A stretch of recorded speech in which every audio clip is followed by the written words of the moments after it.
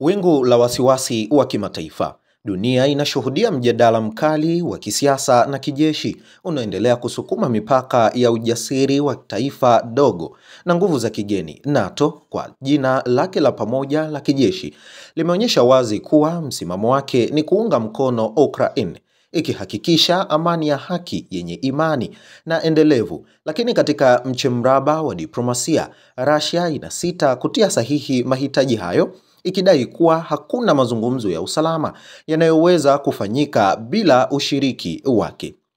Hii si mara ya kwanza Ukraini kuona nyenzo zake zikivamiwa, kwani mnamo mwaka 2014 Crimea ilichukuliwa na kisha shambulio la kijeshi la mwaka 2022 limechukua maisha ya maelfu na kuwalazimisha mamilioni kuhama makazi yao. Lakini hata hivyo, kiongozi wa Ukraini, Rais Volodymyr Zelensky, amekiri hatima hiyo ni changamoto ya dhahiri ya kuonesha ujasiri wa taifa lake kutoogopa, kusimama kidete na kutetea uhuru wake mbele ya shinikizo la kijeshi na kisiasa. Siku ya Jumatano, mkutano wa mawaziri wa ulinzi wa NATO ulifanyika kwa njia ya mtandao, ukiongozwa na Katibu Mkuu Mark Rutte, akiweka wazi mstari wa mshikamano na Ukraine, kwani huko nyuma Rais wa Marekani Donald Trump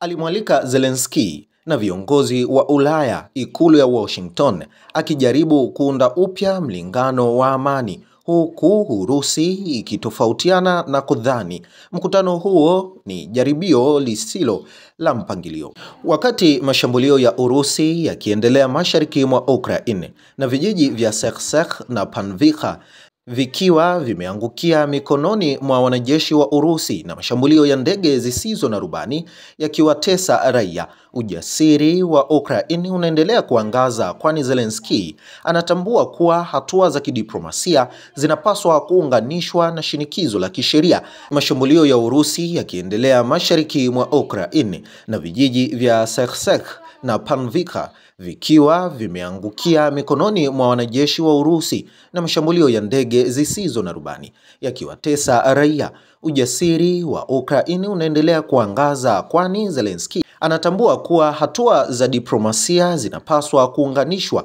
na shinikizo la kisheria na kiuchumi dhidi ya Moscow ili kulinda maisha ya wananchi. Hii ni historia ya taifa lisiloogopa, likikabiliana na giza la kivita na diplomasia yenye majaribio, likiandika kurasa za ujasiri, adabu na uthabiti wa kisiasa, kwani kila shambulio, kila mkutano, kila mazungumzo ni sehemu ya vita vya akili, moyo na heshima ya taifa linalokata tamaa.